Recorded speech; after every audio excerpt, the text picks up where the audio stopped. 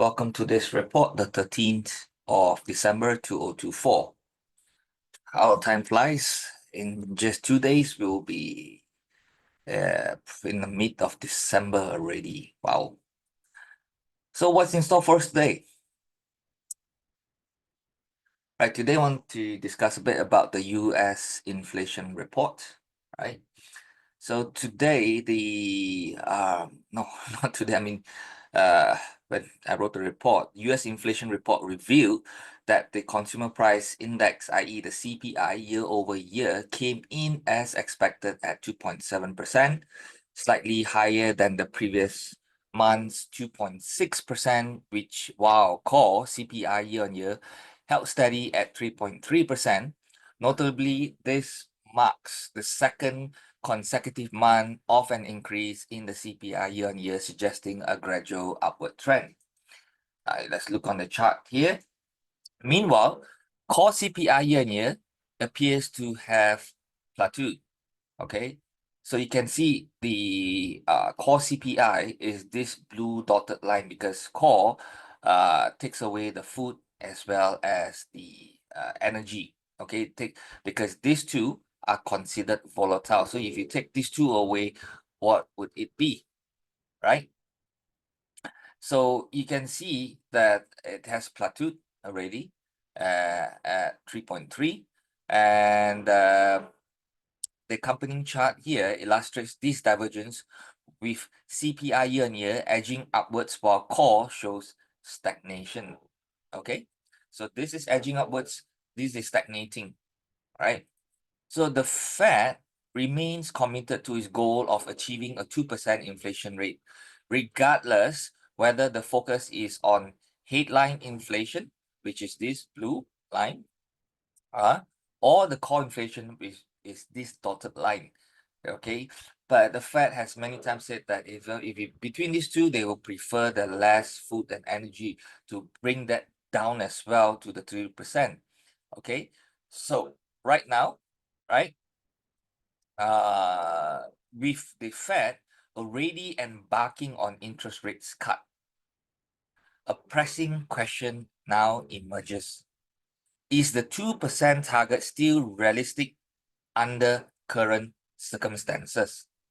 Because right now what we're seeing is that this is flattening, this is rising, and their target, the Fed's target, is 2%.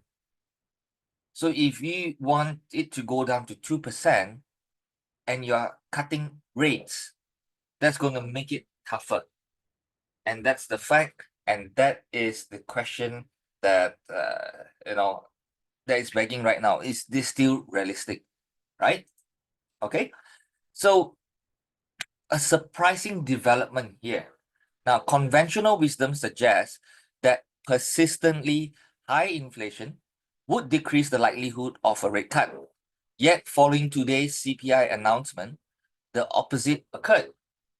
Now, if you look at this diagram here, before the CPI data release, the CME Fed Watch tool indicated an 88.9% probability of a December rate cut to a range of 4.25 to 4.5%.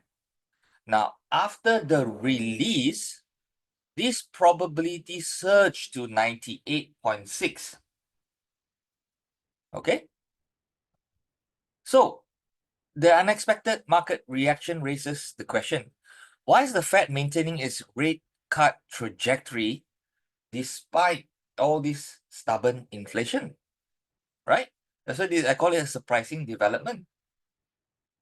So upon digging further, here's the reasons behind the rate cut.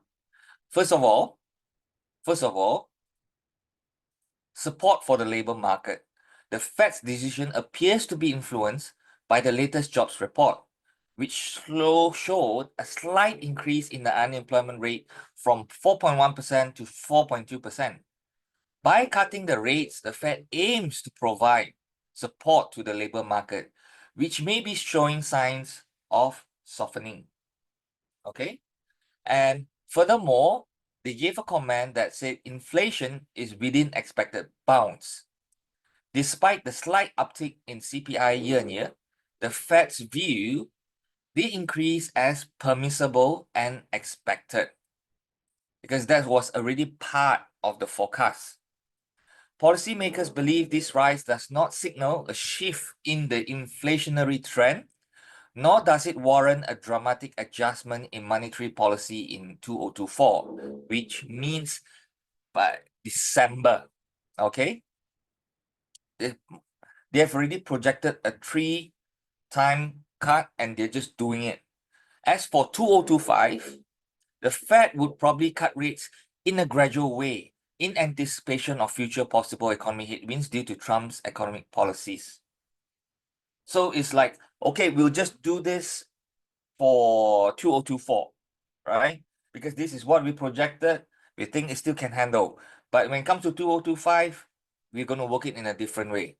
Okay, that's why if you see the January probability for a rate cut, that it's like slowly diminishing day by day, probably showing that in January, do not expect a rate cut kind of thing from the Fed. Okay, so with these two developments over here, now we'll talk a bit about the US stock market reaction, right? So you can understand. Now, the prospect of a 25 basis point rate cut in December, combined with inflation not cooling as quickly as expected, has reinforced optimism about the economic strength heading into the next year, right? Correct? So a rate cut reduces borrowing costs for businesses and consumers, encouraging spending and investments. This stimulative effect is particularly crucial in supporting economic growth, especially when there are early signs of softening in the labor market and other economic indicators. So the market interprets that the Fed willingness to cut rates as a proactive measure to sustain economic momentum rather than a reaction to a dire economic situation. This reinforced confidence in the economic resilience. Okay, so this sentiment drove gains in major indices where S&P 500 and Nasdaq saw notable rises, fueled by increased risk appetite among investors. And if you look at the Wall Street fear gauge VIX, it fell below 14. Okay, that signals the market anticipate near-term stability. If it goes higher, then it creates worry. But 15 and below, it's really cool. And if the market wants to rise, it can rise gradually. Okay, because this is not only the fear gauge, I call it, it is also the market volatility, how volatile it is. The lower it goes, that means the market is not that volatile. It's not going to move in a way that is going to create a lot of uncertainties. And that is what investors want. They want certainty in the market. They don't like uncertainty. Okay, so that's in line with the usual end of the year kind of thing for the stock market, where it's more stable, and probably we might see a Christmas rally. Okay, so with that, that's the end of the report for today.